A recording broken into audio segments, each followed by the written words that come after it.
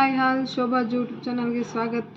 ಇವತ್ತು ಬೆಳಗ್ಗೆ 6:30ಗೆ ಎದ್ದಿದ್ದೀನಿ. ಸೊ ಇವತ್ತು ಬೆಳಗ್ಗೆನೇ ವ್ಲಾಗ್ ಸ್ಟಾರ್ಟ್ ಮಾಡೋಣ ಅಂತೇಳಿ ವ್ಲಾಗ್ ಮಾಡ್ತಾ ಇದ್ದೀನಿ. ಸೊ ಇವತ್ತಿನ ಟಿಫನ್ ಏನು ಅಂತ ನೋಡೋಣ ಬನ್ನಿ.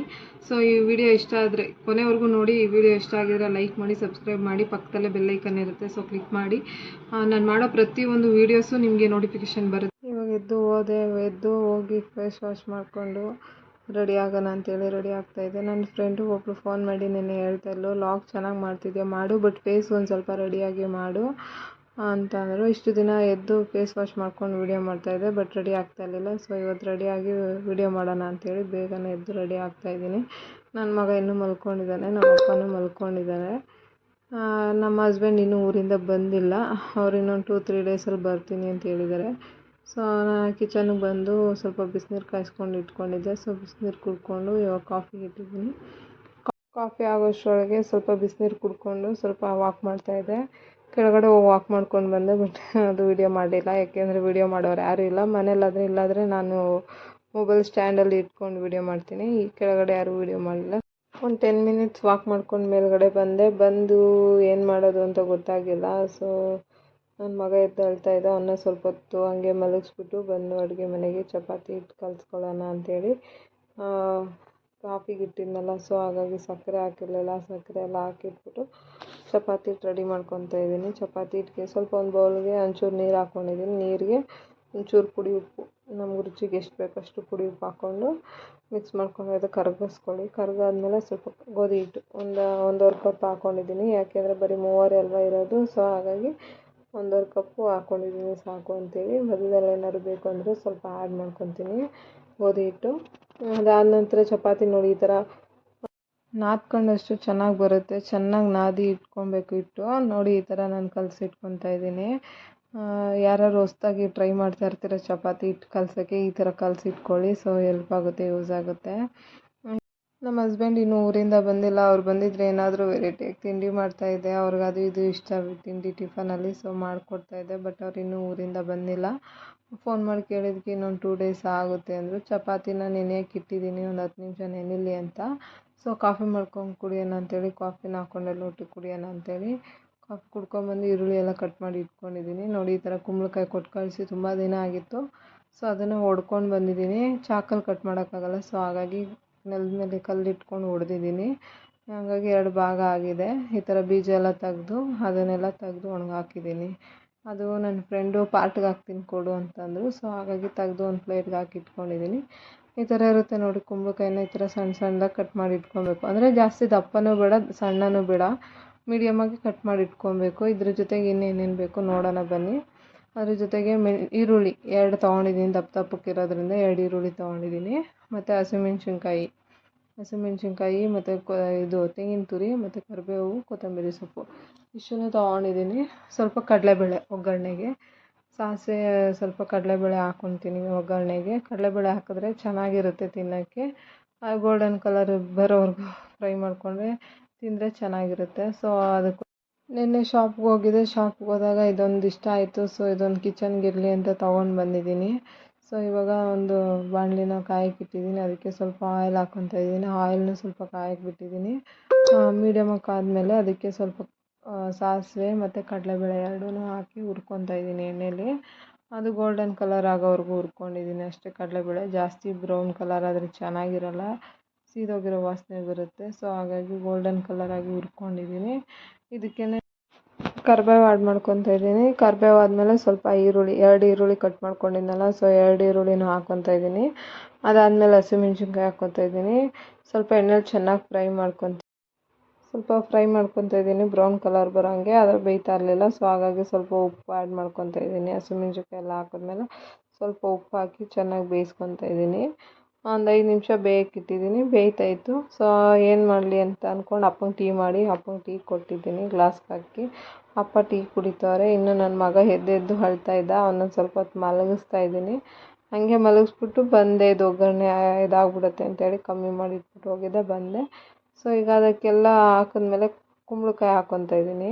ಕುಂಬಳಕಾಯಿನ ಹಾಕಿ ಚೆನ್ನಾಗಿ ತಿರ್ಸ್ಬಿಟ್ಟು ಒಂದು 15ರಿಂದ 20 ನಿಮಿಷ ಬೇಯಕ್ಕೆ ಬಿಡ್ತೀನಿ ಲೋ ಫ್ಲೇಮಲ್ಲಿ. ಏಕೆಂದರೆ ಜಾಸ್ತಿ ಫ್ಲೇಮಲ್ಲಿ ಇಟ್ಟರೆ ಅದು ಇದಾಗ್ಬಿಡುತ್ತೆ. ಸೊ ಹಾಗಾಗಿ ಲೋ ಫ್ಲೇಮಲ್ಲೇ ಬೇಯಕ್ಕೆ ಬಿಡ್ತೀನಿ. ಒಂದು 15-20 ನಿಮಿಷ ಬೇಯಕ್ಕಿಟ್ಟಿದ್ದೀನಿ. ಅದು ಬೇಯೋಷ್ಟೊಳಗೆ ಚಪಾತಿ ರೆಡಿ ಮಾಡ್ಕೊಳ್ಳೋಣ ಅಂತೇಳಿ ಚಪಾತಿ ರೆಡಿ ಮಾಡ್ಕೊತಾ ಇದ್ದೀನಿ. ಅದು ಇನ್ನೂ ಬೆಂದೇ ಇಲ್ಲ. ಸೊ ಒಂದು 2-3 ಸಲ ತೆಗ್ದು ನೋಡಿದೆ, ಅದು ಇನ್ನೂ ಬೆಂದಿಲ್ಲ. ಇನ್ನೂ 1/4% ಇದೆ ಬೇಯೋಕ್ಕೆ. ಹಾಗಾಗಿ ಸ್ವಲ್ಪ ಚಪಾತಿ ಎಲ್ಲ ಸುಟ್ಕೊಂಡು ಎತ್ತಿಟ್ಕೊತಾ ಇದ್ದೀನಿ. ಇದು ಫಸ್ಟ್ ಟೈಮ್ ನಾನು ಕುಂಬಳಕಾಯಿ ಪಲ್ಯ ಮಾಡ್ತಾ ಇರೋದು. ನಾನು ಮದುವೆ ಆದ ಟೈಮಿಂದ ನಾನು ಒಂದು ಸಲನೂ ಮಾಡಿಲ್ಲ, ಹೆಂಗೆ ಮಾಡೋದು ಅಂತಲೂ ಗೊತ್ತಿರಲಿಲ್ಲ. ಸೊ ಇದೇ ಫಸ್ಟ್ ಟೈಮ್ ಮಾಡ್ತಾ ಇರೋದು. ಬಟ್ ನನ್ನ ಫ್ರೆಂಡು ತಿಂದಮೇಲೆ ಏನಂತ ನೋಡೋಣ. ಅವಳನ್ನ ಕರೆದಿದ್ದೀನಿ ಟಿಫನ್ಗೆ. ಅವಳು ಬರ್ತೀನಿ ಅಂತ ಹೇಳಿದ್ದಾಳೆ. ಒಂದು 9 ಗಂಟೆಗೆ ಬರ್ತೀನಿ ಅಂತಿದ್ದಾಳೆ. ಅವಳು ಬಂದಮೇಲೆ ತಿಂದು ಟೇಸ್ಟ್ ನೋಡಿ ಹೆಂಗಿದೆ ಅಂತ ಹೇಳ್ತಾಳೆ. ಸೊ ಹಾಗಾಗಿ ನೋಡಿ ಹೇಗೆ ಬರುತ್ತೆ ಅಂತ ನೀವು ಒಂದು ಸಲ ಹೇಳಿ. ಚೆನ್ನಾಗಿ ಇದೇ ಥರನೇ ಮಾಡೋದು ಅಂತ ಹೇಳಿ ಕಮೆಂಟ್ ಮಾಡಿ, ಆಯಿತಾ. ನೋಡಿ ಇದೊಂದು 3/4% ಬೆಂದಿದೆ, 80% ಬೆಂದಿದೆ. ಸೊ ಇನ್ನೊಂದು 20% ಬೇಯಬೇಕು.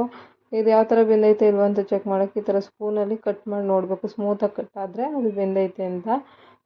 ಅದಕ್ಕೆ ಇವಾಗ ಹಸಿ ತೆಂಗಿನಕಾಯಿ ತುರಿನ ಆ್ಯಡ್ ಮಾಡ್ಕೊತಾ ಇದ್ದೀನಿ. ತೆಂಗಿನಕಾಯಿ ತುರಿ ಹಸಿದೆ, ಸ್ವಲ್ಪನೇ ಹಾಕ್ಕೊತಾ ಇದ್ದೀನಿ, ಜಾಸ್ತಿ ಹಾಕ್ಕೊತಾ ಇಲ್ಲ. ಅದಾದಮೇಲೆ ಒಂದು ಆ ಕಡೆ ಸ್ಟವ್ಗೆ ಅದನ್ನು ಇಳಿಸಿ ಈ ಕಡೆ ಚಪಾತಿ ಸುಟ್ಕೊತಾ ಇದ್ದೀನಿ. ಚಪಾತಿ ಎಲ್ಲ ಸುಟ್ಟಾಯಿತು, ಎತ್ತಿ ಇಟ್ಕೊಂಡಿದ್ದೀನಿ. ಒಂದು 7-8 ಚಪಾತಿ ಆಗಿದೆ, ಸಾಕು ಮೂವರಿಗೆ. ಚಪಾತಿ ಆದಮೇಲೆ ಈ ಕಡೆ ಪಲ್ಯನೂ ರೆಡಿ ಆಯಿತು.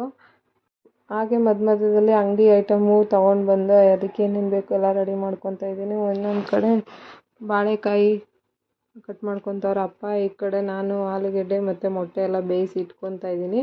ಚಟ್ನಿಗೆ ಎಲ್ಲ ರೆಡಿ ಮಾಡಿಕೊಟ್ಟೈತೆ, ಪುದೀನ ಚಟ್ನಿಗೆ ಅದನ್ನು ರುಬ್ಕೊತಾ ಇದ್ದೀನಿ. ಹೀಗೆ ಅಡುಗೆ ತಿಂಡಿಯನ್ನು ಮಾಡಿಕೊಂಡು ಅಂಗಡಿದು ಏನೇನು ಬೇಕು ಐಟಮ್ ನೋಡಿಕೊಂಡು ಮಾಡ್ಕೊತಾ ಇದ್ದೀನಿ. ಸೊ ನನ್ನ ಫ್ರೆಂಡ್ ಬಂದಳು, ಚಪಾತಿ ಹಾಕ್ಕೊಟ್ಟೆ ತಿಂತಾಯಿದ್ಲು. ಅವಳು ಚೆನ್ನಾಗಿದೆ ಅಂತ ಹೇಳಿದ್ರು, ಟೇಸ್ಟ್ ಎಲ್ಲ ಚೆನ್ನಾಗಿದೆ ಅಂತ ಅಂದ್ಲು.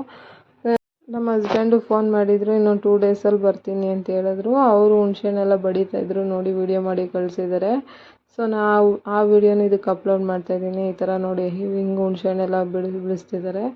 ಮನೆಗೆ ಹೋಗಿ ಈ ಥರ ಬಿಲ್ಲೆ ಮಾಡಿ ಇಟ್ಕೊತಾರೆ. ಅದನ್ನೆಲ್ಲ ಚಚ್ಚಿ ಗುಳ್ಳೆ ತೆಗೆದು ಈ ಥರ ಬಿಲ್ಲೆ ಮಾಡಿ ಇಟ್ಕೊಂಡು ಅದನ್ನು ಮಾರ್ಕೆಟ್ಗೆ ಹಾಕ್ತಾರೆ. ಸೊ ಇವಾಗೆಲ್ಲ ಬೇಸಿಗೆ ಅಲ್ವಾ ಫ್ರೆಂಡ್ಸ್, ಬಿಸಿಲು ಜಾಸ್ತಿ, ಈಚೆ ಕಡೆ ಹೋಗೋಕ್ಕೆ ಆಗೋಲ್ಲ, ಹೆವಿ ಸೆಕೆ ಆಗುತ್ತೆ. ಸೊ ಹಾಗಾಗಿ ಒಂದು ಕಲ್ಲಂಗಡಿ ಹಣ್ಣು ತಂದಿದ್ದೆ, ಅದು ಜ್ಯೂಸ್ ಮಾಡ್ಕೊಂಡಿದ್ದೀನಿ. ಕಲ್ಲಂಗಡಿ ಹಣ್ಣು ಜ್ಯೂಸು. ಬಟ್ ನನ್ನ ಫ್ರೆಂಡ್ ಕೊಟ್ಟೆ, ಅವಳು ಕುಡ್ದಿಲ್ಲ. ನಾನು ನಮ್ಮಪ್ಪ ಇಬ್ಬರು ಕುಡಿದ್ವಿ. ಕುಡ್ದಾದ್ಮೇಲೆ ಸಾಂಬಾರು ಮಾಡೋಣ ಅಂತೇಳಿ ಸಾಂಬಾರಿಗೆ ಇಟ್ಕೊಂಡಿದ್ದೀನಿ. ನೋಡಿ ಒಂದು ಕುಕ್ಕರ್ಗೆ ಎಣ್ಣೆ ಹಾಕ್ಕೊತಾ ಇದ್ದೀನಿ. ಎಣ್ಣೆ ಹಾಕೋಕ್ಕಿಂತ ಮುಂಚೆ ಬೇಳೆ ಮತ್ತು ಟೊಮೊಟೊ, ಒಂದು ಅರ್ಧ ಸ್ಪೂನು ಅರಿಶಿನ, ಎಣ್ಣೆ ಇಷ್ಟನ್ನು ಹಾಕಿ ಕೂಗಿಸಿ ಎತ್ತಿಟ್ಕೊಂಡಿದ್ದೆ ಸಪ್ರೇಟು. ಈ ಥರ ಇದೆ ನೋಡಿ.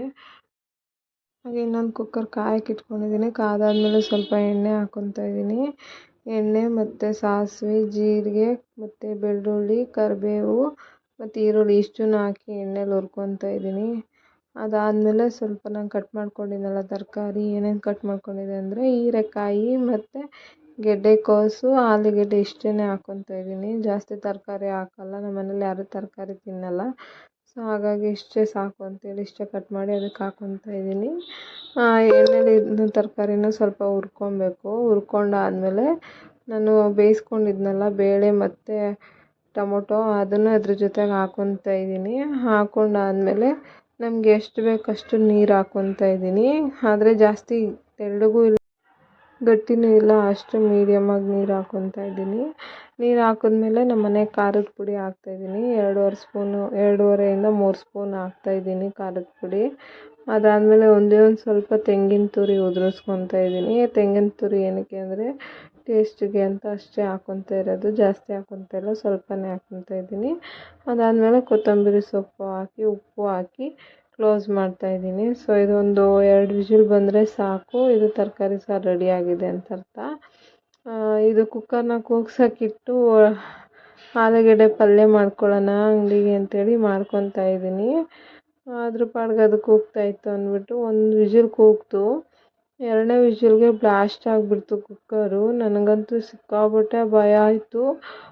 ನಾನು ಹಂಗೆ ಗ್ಯಾಸ್ ಆಫ್ ಮಾಡಿ ಓಡೋದೆ ರೂಮ್ಗೆ. ಭಯ ಆಗೋಯಿತು, ಎದೆ ಡವ ಡವ ಡವ ಅಂತೈತೆ. ಅದಿನ್ನೂ ಹೆಂಗೆ ಬ್ಲಾಸ್ಟ್ ಆಯಿತು ಅಂದರೆ ಡಮ್ ಅಂತ. ನನ್ನ ಮುಖಕ್ಕೆ ಏನೂ ಆಗಿಲ್ಲ, ಸದ್ಯ ದೂರನೇ ಇದ್ದೆ. ನೋಡಿ ಯಾವ ಥರ ಬ್ಲಾಸ್ಟ್ ಆಗಿದೆ ಇದು ಕುಕ್ಕರು.